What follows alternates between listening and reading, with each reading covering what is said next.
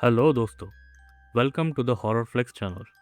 आज हम बात करेंगे 2024 में रिलीज हुई एक बढ़िया इंडोनेशियन हॉरर मूवी के बारे में जिसका नाम है मैंजलंग आजल और इसकी IMDb रेटिंग है 5.7 स्टार्स आउट ऑफ 10। मूवी में बात की गई है इंडोनेशिया के एक फोकलोर के बारे में जिसे कहा जाता है पेंगलारिस। साथ ही इसमें जिन के द्वारा पोजेशन को भी दिखाया गया है और वो भी एक फीमेल जिन के द्वारा।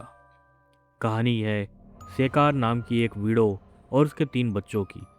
सेकार एक ऐसी गलती कर बैठती है जिसके चलते उनका सामना एक ऐसी भयानक ताकत से होता है जो उनके जीवन को उथल पुथल कर देगी।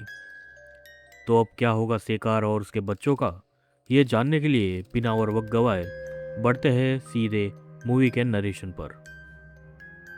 मूवी ओपन होती है ये बताते हुए कि हर एक व्यक्ति का एक नियत समय होता है। जब वो समय आता है तो व्यक्ति ना उसे रोक सकता है ना ही उसे टाल सकता है। अब हमें एक औरत दिखाई जाती है जो एक शामन यानी तांत्रिक के पास आकर किसी तरह का टोना टोटका करवाते नजर आती है। इसके बाद अगले सीन में हमें वही औरत फिर नजर आती है और उसका नाम है सेकार। सेकार एक विडो थी और उसके 3 बच्चे थे, दानी, रत्ना और डोडी।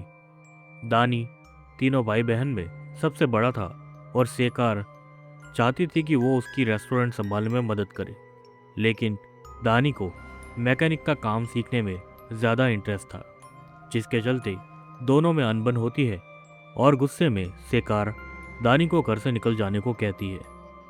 इसके बाद सेकार मार्केट से सामान लेकर रेस्टोरेंट पहुंचती है। यहाँ दूसरी तरफ रत्ना स्कूल खत्म होने के बाद एक लड़के से मिलती है जो उसका बॉयफ्रेंड था।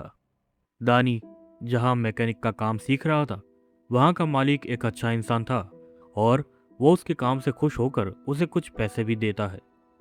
अब रात को घर पर डोडी को प्यास लगती है और वो अपनी बहन से पानी लाने को कहता है क्योंकि उसे नीचे जाने से डर लग रहा था, लेकिन रत्ना अपने फ़ोन में बिजी थी तो वो उसे खुद ही नीचे जाकर पानी लाने को कहती है।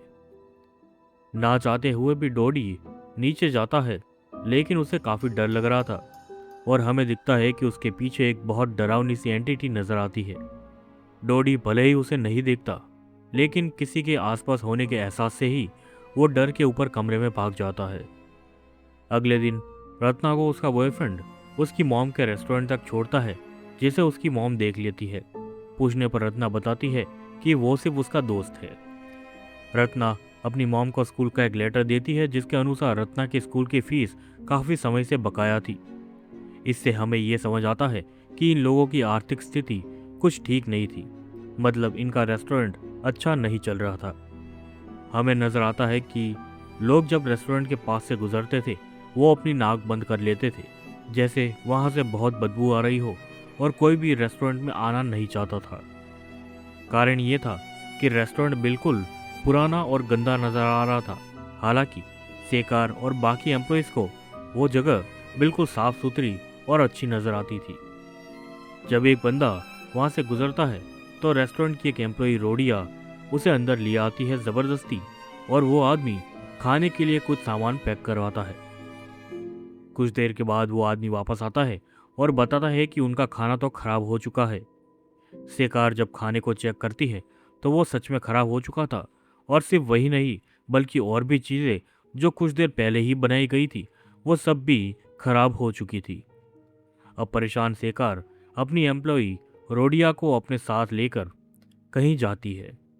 दोनों एक घर पर पहुंचते हैं और बाहर एक औरत से पता चलता है कि वहां रहने वाली औरत माँ कंबर की मृत्यु हो चुकी है। ये वही तांत्रिक औरत थी जिसे हमने मूवी की ओपनिंग में देखा था। पता चलता है कि मरने से पहले माँ कंबर बहुत चीख चिल्ला रही थी, पागलों जैसा बर्ताव कर रही थी और अपने चेहरे को नोच रही थी। रोडिया बाहर रुकती है और सेकार अंदर जाती है और बॉडी के पास बैठती है। घर के लोग कुछ देर के लिए वहां से जाते हैं और अब सेकार वहां अकेली बैठी हुई थी। अचानक से बॉडी के नाक में लगाया हुआ कॉटन निकल जाता है। सेकार उसे फिर लगाती है कि बॉडी की आंख खुलती है, जिसे देखकर वो बहुत घबरा जाती है और घर के लोगों को पुकारती है, लेकिन कोई भी वहां पर नहीं आता।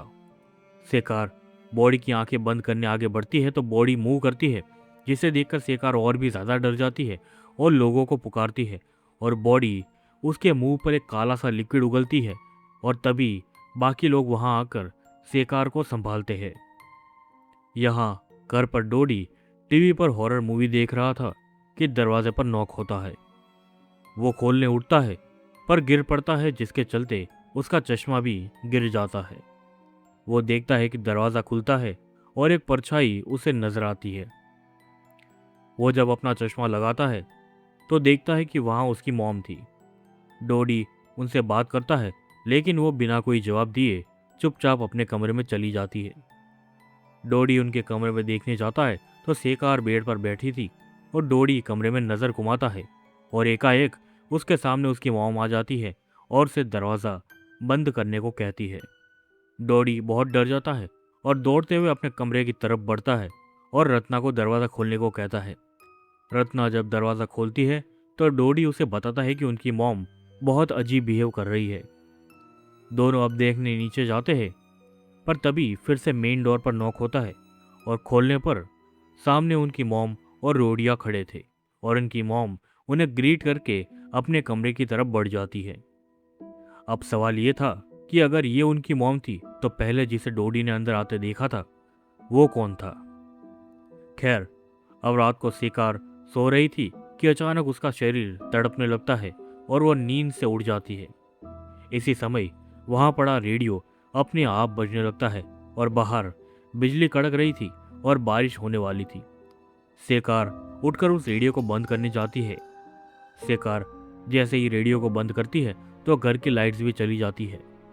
कमरे में मौजूद एक अलमारी के खुलने की आवाज़ सुनाई पड़ती है और उसमें से कोई बाहर निकलता हुआ नजर आता है और शिकार का शरीर अचानक हवा में झूलने लगता है, जैसे किसी ने उसे गले से पकड़कर उठा लिया हो। शिकार का शरीर छत से टकरा कर नीचे गिरता है और एक तेज सांस खींचते हुए वो नींद से उठ जाती है। अब ये उसका सपना था या कुछ और, फिलहाल हमें नहीं पता। अगली सुबह शिकार रत्ना के स्कूल जाती है फीस के लिए एक्सटेंशन मांगने के लिए, तो पता चलता है कि उसकी फीस तो किसी ने ऑलरेडी भर दी थी और पता करने पर वो और कोई नहीं बल्कि दानी था। इसके बाद हमें दिखता है कि रेस्टोरेंट में काफ़ी ज़्यादा भीड़ थी और एम्प्लॉयज़ काफ़ी मेहनत कर रहे थे कस्टमर्स को सर्व करने के लिए। शिकार रेस्टोरेंट पहुंचती है और बाहर एक औरत उससे पूछती है कि आज रेस्टोरेंट बंद क्यों है। ये काफ़ी अजीब था क्योंकि अभी हमने देखा कि रेस्टोरेंट तो लोगों से भरा हुआ था। जब शिकार रेस्टोरेंट के बाहर पहुंचती है तो देखती है कि वहाँ काफ़ी कचरा था और कुछ चूहे भी मरे हुए पड़े थे, जिसकी काफ़ी ज़्यादा बदबू आ रही थी। अंदर जाने पर वो देखती है कि एम्प्लॉयज़ टेबल पर ऑर्डर सर्व कर रहे हैं, पर वहाँ मौजूद लोग जिन्हें सर्व किया जा रहा था वो असल में इंसान नहीं बल्कि आत्माएं थी और एम्प्लॉयज़ किसी तरह के भ्रम में थे जहां उन्हें समझ ही नहीं थी कि वहां इंसान नहीं पर आत्माएं हैं। शिकार रोडिया को ये बात बताती है और अब रोडिया को भी समझ नहीं आता कि असल में उन लोगों के साथ हुआ क्या था। दोनों अब काफ़ी परेशान होकर एक शामन यानी तांत्रिक के घर पर पहुंचकर दरवाज़ा खटखटाते हैं और आवाज़ लगाते हैं, लेकिन उन्हें कोई भी जवाब नहीं मिलता। तभी उनके पीछे एक आदमी नजर आता है जो वही शामन था जिससे मिलने ये लोग आए थे और शिकार उससे मदद मांगती है। शिकार तांत्रिक को अपनी परेशानी बताती है कि उसका रेस्टोरेंट अच्छा नहीं चल रहा। तांत्रिक शिकार से कुछ जानकारी लेता है और फिर मंत्र पढ़ने लगता है। शिकार अजीब सा बिहेव करने लगती है और उसकी आंखें लाल हो जाती है और वो अजीब डरावनी सी आवाज़ में कहती है, मैं हूँ न्यायी वेंगी, और तांत्रिक को चेतावनी देती है कि वो इस सबसे दूर रहे। तांत्रिक शिकार के अंदर मौजूद एंटिटी को उसके शरीर को छोड़ने को कहता है, लेकिन वो एंटिटी इतनी ताकतवर थी कि वो भी उसके सामने कमज़ोर था। शिकार जब वापस नॉर्मल हो जाती है तो तांत्रिक उसे बताता है कि उसके अंदर एक बेहद क्रूर और खतरनाक जिन का वास है जिसके साथ उसने सौदा किया था। अब मूवी की ओपनिंग में हमें जो सीन दिखाया गया था उसमें शिकार ने माँ कंबर के जरिए पेंजलिंग का रिचुअल किया था, जिसमें जिन के साथ सौदा किया जाता है और एक तांत्रिक जिन को काबू में रखता है किसी तरह की ऑफरिंग्स के बदले में, और जिन सामने उनके बिजनेस या किसी काम को पूरा करने में मदद करता है। लेकिन माँ कंबर अब मर चुकी थी और ये जिन किसी भी बंदिश में नहीं था और वो बहुत व्याकुल हो चुका था और बहुत खतरनाक भी, जो सेकार और उसके परिवार को नुकसान पहुंचा सकता था। सेकार तांत्रिक से पूछती है कि इसका उपाय क्या है, जिस पर वो बताता है कि उसे तुम्हारे शरीर से जल्द निकालना होगा और ये काम या तो वो व्यक्ति कर सकता है जिसने इसे अंदर डाला है या फिर कोई उससे भी ज्यादा ताकतवर तांत्रिक। इसके बाद सेकार और रोडिया एक और तांत्रिक से मिलने जाते हैं, पर दरवाज़ा खटखटाने और आवाज़ लगाने पर भी कोई जवाब नहीं मिलता और उन्हें लगता है कि वहाँ पर कोई भी नहीं रहता। दोनों लौटकर वापस जा ही रहे थे कि घर का दरवाज़ा अपने आप खुलता है। सेकार अंदर जाती है, आसपास देखती है, लेकिन उसे कोई भी नज़र नहीं आता और सामने लगे आईने में हमें नज़र आता है कि सेकार के पीछे से कोई डरावनी सी एंटिटी उसकी तरफ बढ़ रही है, जिसे देखकर सेकार चीख पड़ती है। सीन अब शिफ्ट होता है और हमें रत्ना दिखाई जाती है, जिसे उसका बॉयफ्रेंड अपने घर पर ले जाता है और वहां वो उसके साथ इंटीमेट होने की कोशिश करता है, लेकिन रत्ना गुस्से में उसे थप्पड़ मार के वहां से चली जाती है। अब रात को घर के दरवाजे पर नॉक होता है और बाहर से रोडिया रत्ना को पुकारती है। दरवाज़ा खोलने पर सामने रोडिया और सेकार खड़े थे। सेकार काफ़ी अजीब लग रही थी और बिल्कुल शांत थी। डोडी उन्हें देखकर बहुत डरा और सहमा सा नजर आता है और रत्ना के पूछने पर रोडिया बताती है कि उसकी मॉम कुछ बोल ही नहीं रही और उसे उसके कमरे में ले जाने को कहती है। सेकार अपने कमरे में चली जाती है और डोडी रत्ना से कहता है कि उसने किसी चीज़ को अंदर आते हुए देखा अपनी मॉम के साथ। रत्ना डोडी की बात को इग्नोर करती है, ये मानकर कि शायद ये उसका वहम होगा। दोनों अब अपनी मॉम के कमरे की तरफ बढ़ते हैं और उन्हें अपनी मॉम की आवाज़ सुनाई पड़ती है, ये कहते हुए कि बहुत जल रहा है। ये आवाज़ बाथरूम में से आ रही थी और वहाँ सेकार अपने शरीर पर पानी डाल रही थी और एक ही बात को बोल रही थी कि बहुत जल रहा है। रत्ना उसे रोकती है और देखती है कि उसके शरीर पर छाले पड़े हुए थे, जैसे उसकी स्किन जल गई हो। रत्ना डोडी को एक रुमाल लाने को कहती है और डोडी रुमाल लेने जाता है तो लगता है जैसे रुमाल को किसी ने पकड़ रखा हो। डोडी पीछे मुड़कर देखता है तो वही एंटिटी उसे नजर आती है, जिसे देखकर वो डर जाता है, लेकिन उसी समय रत्ना वहां पर आ जाती है। दोनों अब अपनी मोम को उनके कमरे में ले जाते हैं, उसे दवाई लगाते हैं, कुछ खिलाते भी है, लेकिन सेकार उल्टी करने लगती है। रत्ना डानी को बुलाना चाहती थी और वो डोडी को ऊपर के कमरे से फ़ोन लाने को कहती है, लेकिन डोडी इतना डरा हुआ था कि वो अकेला नहीं जाना चाहता था और ना ही अकेला अपनी मॉम के पास रुकना चाहता था। अब रत्ना अपने फ़ोन से डानी को कॉल करती है, लेकिन उस वक्त डानी प्रे कर रहा था और फ़ोन भी साइलेंट पर रखा हुआ था। कुछ देर बाद सेकार की तबीयत और ख़राब होने लगती है और अचानक डोडी को भी दौरे पड़ने लगते हैं। घर की लाइट्स बंद हो जाती है और बाहर बिजली कड़कने लगती है और उस बिजली की रोशनी में फिर से वही एंटिटी नजर आती है जो उसी कमरे में मौजूद थी। रत्ना को डानी का कॉल आता है और वो रोते हुए उससे पूरी बात बताती है, उसे मदद के लिए बुलाती है। डानी कहता है कि जब तक वो वहां पर आए तब तक वो रोडिया को बुला ले मदद के लिए। रत्ना जल्दी से रोडिया के घर पर जाकर उसे बुलाती है और जब दोनों घर पहुंचते हैं तब तक डानी भी वहां पर आ जाता है। सभी अब कमरे में जाते हैं तो वहां ना तो सेकार थी और ना ही डोडी। ये लोग दोनों को ढूंढते हैं और सेकार बाथरूम में डोनी पर पानी डालते हुए नजर आती है और ये कह रही थी कि डोनी का शरीर बहुत गर्म है। रत्ना और डानी उसे रोकते हैं और वापस कमरे में ले आते हैं। अब सुबह हो जाती है और डानी उनके लिए खाना लेने बाहर जाती है और यहाँ रत्ना को उसके बॉयफ्रेंड का मैसेज आता है कि वो उससे मिलना चाहता है और इस समय वो उसके घर के बाहर ही खड़ा है। रत्ना उससे मिलने बाहर जाती है और लड़का उसे मनाने की कोशिश करता है, उससे माफ़ी मांगता है, लेकिन रत्ना अब उससे ब्रेकअप कर लेती है और उसे चले जाने को कहती है, लेकिन वो लड़का उसे उनके फोटोज दिखाकर ब्लैकमेल करने की कोशिश करता है। इसी समय डानी वापस घर आ जाता है और उसे काफ़ी पीटता है और वार्न करता है कि वो उसकी बहन से दूर रहे। अब रात को सभी सेकार के पास बैठे थे और सेकार कहती है कि वो उसके हस्बैंड को बहुत मिस कर रही है और अब हमें पास दिखाया जाता है जहां शेखर के हस्बैंड की मौत हो गई थी और दानी और रत्ना अभी काफ़ी छोटे थे और शेखर प्रेग्नेंट थी। क्योंकि अब शेखर पर काफ़ी सारी जिम्मेदारियां थी, उसने माँ कंबर का सहारा लिया, तांत्रिक क्रिया की अपने बिजनेस को बढ़ाने के लिए और बिजनेस अच्छा चलने लगा था। शेखर अपने बच्चों से माफ़ी मांगती है, खास करके डानी से, कि उसने उसके साथ बहुत बुरा बर्ताव किया, उसकी भावनाओं को नहीं समझा और सभी काफ़ी इमोशनल हो जाते हैं। इसी समय कमरे का दरवाज़ा खुलता हुआ नजर आता है और डोडी बाहर देखता है और रत्ना और डानी को कहता है कि बाहर कोई मौजूद है। डानी बाहर जाकर देखता है तो उसे वहाँ कोई भी नजर नहीं आता, पर जब वो वापस कमरे में जाने के लिए मुड़ता है तो कमरे का दरवाज़ा अपने आप बंद हो जाता है और अंदर से कार फिर से अजीब बिहेव करने लगती है, जिसे देखकर रत्ना और डोडी डर जाते हैं। शेखर रत्ना को धक्का देती है और कमरे की चीजें फेंकने लगती है। डानी दरवाजे को तोड़ने की कोशिश करता है और शेखर खिड़की पर अपना सर मारकर खुद को चोट पहुंचाने लगती है। डानी दरवाजा तोड़कर अंदर आता है और उसकी मॉम ने खुद को काफी घायल कर लिया था और वो एक कांच के टुकड़े से अपने हाथ को काटने लगती है। वो उन तीनों को चोट पहुंचाए उससे पहले डानी रत्ना और डोडी को बाहर निकालकर दरवाजे को बंद कर देता है।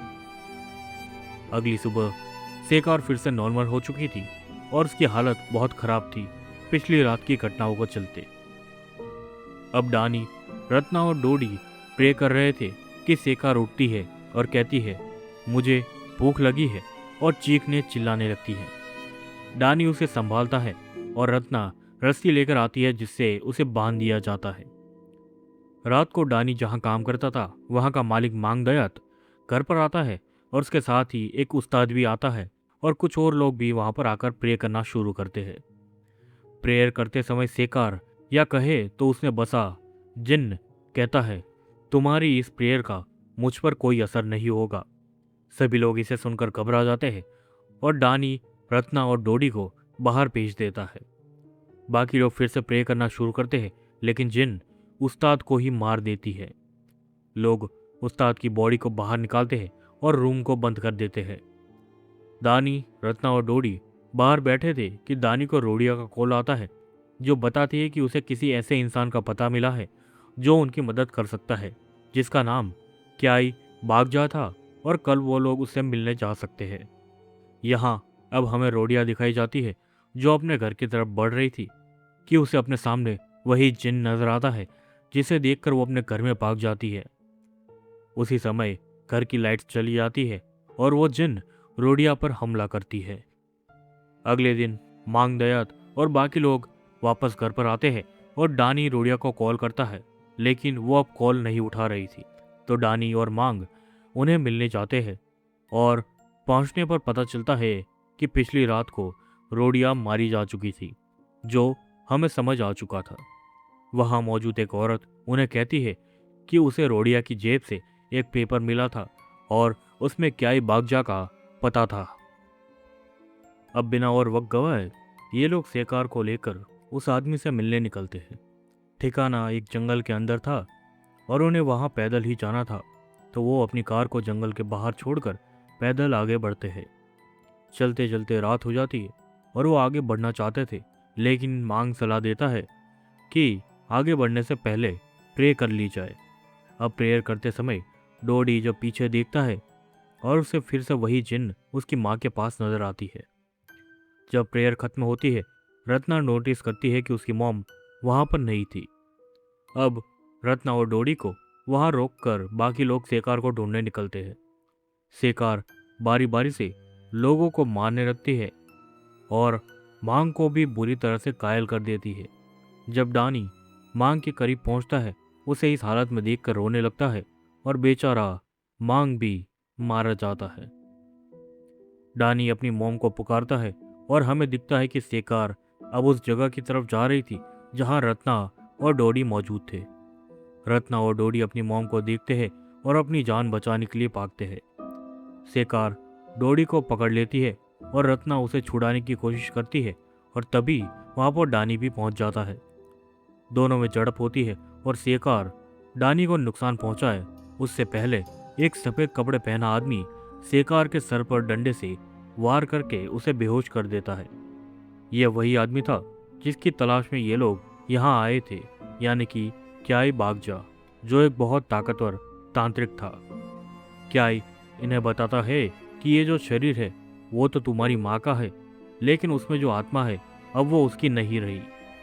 वो उन्हें अपना हाथ आगे करने कहता है और पवित्र जल अपनी आंखों पर लगाने को कहता है ताकि उन्हें असलियत दिख सके। और जब वो लोग अपनी माँ को देखते हैं तो उन्हें उनकी जगह पर वही जिन नजर आती है, जिसे देखकर वो सभी डर जाते हैं। क्याई इन्हें बताता है कि जिन्न के साथ सौदा करना एक पाप है और अब उन्हें उनकी माँ के अंदर से उस जिन को निकालना होगा, जिसके लिए उन्हें एक हरा नारियल चाहिए, और वो भी ऐसे पेड़ से जिस पर सिर्फ एक ही नारियल उगा हो। इसके अलावा उन्हें उस तांत्रिक के कब्र की मिट्टी भी लानी होगी जिसने ये विधि की थी, यानी माँ कंबर की कब्र से, और ये दोनों काम आज रात ही करने थे। दानी अकेला जाने का डिसाइड करता है और वो क्याई से अपने भाई बहन का ध्यान रखने को कहता है। जाते हुए क्याई डानी को एक बोतल पवित्र जल की देता है ताकि अगर कोई चीज़ उसे रोकने की कोशिश करे, उसके काम में बाधा डाले, तो वो उस पर उसे छिड़क कर आगे बढ़ सकता है। डानी अब माँ कंबर के घर के पास पहुंचता है जिसके पीछे उसे दफनाया गया था, और वो मिट्टी उठाने आगे बढ़ता है। डानी को आवाज़ सुनाई पड़ती है कि मिट्टी मत उठाओ, तुम्हारे साथ बहुत बुरा होगा, और यही आवाज़ बार बार उसे सुनाई पड़ती है। दानी इसे इग्नोर करके मिट्टी उठाने जाता है कि कब्र पर कई सारे कीड़े रेंगते हुए नजर आते हैं, पर फिर भी वो हिम्मत करके मिट्टी इकट्ठा करता है। लेकिन जब वो मिट्टी को उठाता है तो वो मिट्टी बहुत ही ज़्यादा भारी महसूस हो रही थी। डानी को अपने इर्द गिर्द कई सारी लाशें नजर आती है जो उसकी तरफ बढ़ रही थी। दानी ऊपर वाले को याद करता है और बोतल निकालकर पानी उन पर छिड़कता है, और अगले ही पल सब कुछ ओझल हो जाता है। इसके बाद डानी नारियल की तलाश में निकलता है और काफी ढूंढने पर भी उसे वो नहीं मिलता। थका हारा डानी मायूस हो जाता है कि उसे अपनी मॉम नजर आती है जो उसे रास्ता दिखाती है। यहाँ क्याई के घर पर सेकार फिर से अजीब बिहेव करने लगती है, शायद इसलिए कि डानी को दोनों चीजें अब मिल गई थी। वो खड़ी हो जाती है और क्याई को चेतावनी देती है कि वो इससे दूर रहे, वरना वो भी मारा जाएगा। सेकार उस पर हमला करने आगे बढ़ती है, पर क्याई उस पर वार करके उसे गिरा देता है। लेकिन वो कमजोर नहीं थी, वो क्याई पर हमला करके उसे गिरा देती है, और अब क्याई एक खंजर निकालता है अपने बचाव के लिए। दोनों के बीच बहुत भयानक झड़प होती है और क्याई उसे बाहर फेंक देता है। क्याई रत्ना और डोडी को अंदर रुकने को कहकर बाहर जाता है, पर सेकार फिर से उस पर हमला करके उसे घायल कर देती है। अब वो रत्ना और डोडी की तरफ बढ़ती है उन्हें मारने के लिए। वो उन पर हमला करने ही वाली थी कि डोडी अपनी माँ को पुकारता है और वो रुक जाती है। सेकार वही खड़ी रह जाती है, शायद वो अंदर ही अंदर उस जिन से लड़ रही थी, पर अगले ही पल जिन फिर से उस पर काबू पा लेता है और वो हमला करने के लिए आगे बढ़ती है कि इस बार डानी वहां पर आ जाता है, उसे रोकता है, लेकिन वो भी उसके सामने बहुत कमजोर था। वो उन तीनों को नुकसान पहुंचाए उससे पहले क्याई नारियल के पानी को सेकार पर डालता है जिससे उसका शरीर जलने लगता है। ऐसा 2-3 बार करने के बाद जिन काफी कमजोर पड़ जाती है और सेकार गिर पड़ती है। क्याई सभी को पास बुलाता है और उन्हें कब्र की मिट्टी को उसके शरीर पर रखने को कहता है, साथ ही नारियल के पानी को उसके शरीर पर लगाने को भी कहता है। सभी लोग प्रे करते हैं और कुछ देर बाद सेकार नॉर्मल हो जाती है। वो अपने बच्चों से माफ़ी मांगती है और ये एक इमोशनल पल था सभी के लिए। क्याई सबको साथ प्रे करने को कहता है और प्रेयर बोलते बोलते सेकार की जान उसके शरीर में से निकल जाती है। जैसा मूवी की ओपनिंग में कहा गया था कि हर व्यक्ति का समय उसके जन्म के साथ ही तय हो जाता है, वैसे ही आज सेकार के जाने का समय था। इस पूरे वाकया के कुछ महीनों बाद हम देखते हैं कि रेस्टोरेंट अब पहले से अच्छा चल रहा था। डानी और रत्ना उसे अब संभाल रहे थे। यहाँ एक कस्टमर डानी से उसके ऑर्डर के बारे में पूछती है और वो रत्ना को आवाज़ लगाता है, लेकिन वो कोई भी जवाब नहीं देती। जब रत्ना मुड़ती है तो हमें नजर आता है कि उसकी आंखें भी लाल हो गई थी। तो क्या जिन अब रत्ना के शरीर में था, या फिर रत्ना ने भी किसी तरह की तांत्रिक विधि की थी जिन्न के साथ सौदा किया था। इस फिल्म में तो इसका कोई जवाब नहीं मिलता और इसी के साथ मूवी एंड हो जाती है। वैसे आप लोगों का क्या मानना है कि क्या हुआ होगा रत्ना के साथ? कमेंट्स में ज़रूर अपने व्यूज़ को शेयर करें। आशा करता हूँ आप लोगों को इस मूवी की स्टोरी पसंद आई होगी और अगर स्टोरी से जुड़े कोई भी डाउट्स हैं तो उसे कमेंट्स में पूछ सकते हो। अगर ये वीडियो पसंद आया है तो इसे लाइक करो, अपने दोस्तों के साथ शेयर करो और बिना भूले चैनल को सब्सक्राइब कर लो और भी ऐसे वीडियोस देखते रहने के लिए। वैसे मैंने हाल ही में एक और इंडोनेशियन हॉरर मूवी को कवर किया था जिसका नाम है मामा पैसानदारी नेराका यानी मैसेज फ्रॉम हेल, तो आप लोग उसे भी चेकआउट कर सकते हैं। फिलहाल इस वीडियो में इतना ही था।